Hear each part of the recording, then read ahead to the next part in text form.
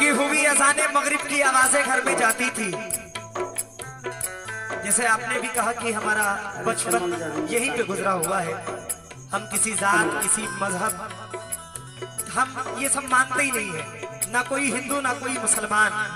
यहाँ जितने बैठे हैं सब एक इंसानियत और माशाल्लाह सब हिंदुस्तानी बैठे हुए हैं। क्योंकि हुई अज़ाने मगरिब की आवाजें घर में जाती थी। पंडित के घर की औरतें तभी दिया जलाती थी। रमेश भाई, सब नहीं, कुछ नेताओं के चक्कर में रिश्ता हमारा टूट गया। ईद, होली और दिवाली साथ मनाना छूट गया। मंदिर मस्जिद के नामों पर अपनों को ही बांटा है।